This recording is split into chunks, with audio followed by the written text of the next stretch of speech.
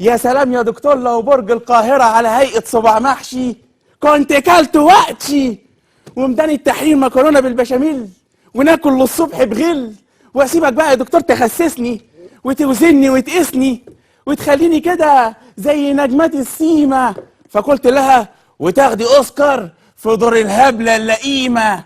انا هعمل لك نظام خطير، وهو التخسيس بالتفجير، وترحمي امي عبير. فدخل ايمن مشاكل اللي ما بيعملش حاجه غير انه بياكل، وقال معرفش بيجيلي جنونه وطقه ان انا اكل يجي 80 طقه. فقلت في بالي انت تستاهل يجي 80 طلقه. ماذا حدث؟ فقال لي رحنا مولد سيدي الطفص اللي بياكل بدل المعلقه بالقفص. عاوز تضحك من قلبك؟ عايز تشوف محتوى كوميدي هادف وممتع؟ خش دلوقتي اعمل سبسكرايب واشتراك في القناة وفعل الجرس، وانت هتشوف، وهوعدك انك تشوف اجمل محتوى كوميدي في العالم العربي. يلا اشترك وما تنساش تفعل الجرس وشوف باقي الفيديوهات. محمد عزيز.